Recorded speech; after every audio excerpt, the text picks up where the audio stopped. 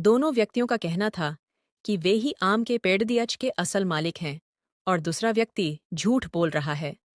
चूंकि आम का पेड़ फलों से लदा होता है, इसलिए दोनों में से कोई उस पर से अपना दावा नहीं हटाना चाहता।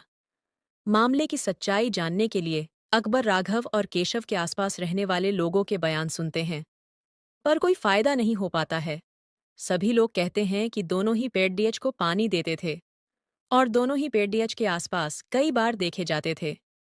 पेड्डियच की निगरानी करने वाले चौकीदार के बयान से भी साफ नहीं हुआ कि पेड्डिए का असली मालिक राघव है कि केशव है, क्योंकि राघव और केशव दोनों ही पेड्डियर की रखवाली करने के लिए चौकीदार को पैसे देते थे। अंत में अकबर थक हार कर अपने चतुर सलाहकार मंत्री बीरबल की सहायता लेते हैं। बीरबल तुरंत ही मामले की जड़ीच पकड़ीच लेते हैं, पर उन्हें सबूत के साथ मामला साबित करना होता है कि कौन सा पक्ष सही है और कौन सा झूठा। इसलिए वह एक नाटक रचते हैं।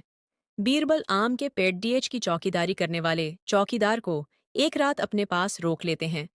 उसके बाद बीरबल उसी रात को अपने दो भरोसेमंद व्यक्तियों को अलग अलग राघव और केशव के घर झूठे समाचार के साथ भेज देते हैं और समाचार देने के बाद छुपकर घर में होने वाली बातचीत सुनने का निर्देश देते हैं।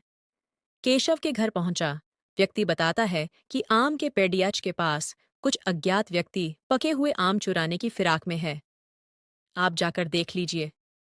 यह खबर देते वक्त केशव घर पर नहीं होता है, पर केशव के घर आते ही उसकी पत्नी यह खबर केशव को सुनाती है।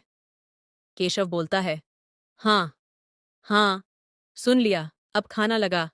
वैसे भी बादशाह के दरबार में अभी फैसला होना बाकी है। पता नहीं हमें मिलेगा कि नहीं। और खाली पेट चोरों से लड़ने की ताकत कहाँ से आएगी? वैसे भी चोरों के पास तो आजकल हथियार भी होते हैं। आदेश अनुसार झूठा समाचार पहुंचाने वाला व्यक्ति केशव की यह बात सुनकर बीरबल को बता देता है। राघव के घर पहुंचा व्यक्ति बताता है, आपके आम के पेड़े के पास कुछ अज्ञात व्यक्ति पके हुए आम चुराने की फिराक में है। आप जाकर देख लीजिएगा। यह खबर देते वक्त राघव भी अपने घर पर नहीं होता है, पर राघव के घर आते ही उसकी पत्नी यह खबर राघव को सुनाती है। राघव आव देखता है न ताव, फौरन लाठी उठता है और पेड्डाच की ओर भागता है। उसकी पत्नी आवाज लगाती है, अरे खाना तो खा लो फिर जाना। राघव जवाब देता है कि खाना भागा नहीं जाएगा, पर हमारे आम के पेड्डाच से आम चोरी हो गए तो वो वापस नहीं आएंगे। इतना बोलकर राघव दौड़ता हुआ पेड्डाच के पास चला जाता है।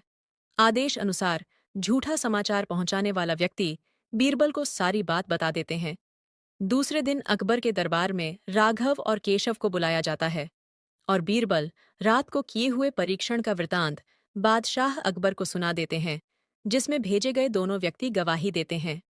अकबर राघव को आम के पेड़ीएच का मालिक घोषित करते हैं और केशव को पेड़ीएच पर झूठा दावा करने के लिए कड़ा दंड देते हैं तथा मामले को बुद्धिपूर्वक चतुराई से सुलझाने के लिए बीरबल की प्रशंसा करते हैं। सच ही तो है, जो व्यक्ति परिश्रम करके अपनी किसी वस्तु या संपत्ति का जतन करता है, उसे उसकी परवाह अधिक होती है। मॉरल: ठगी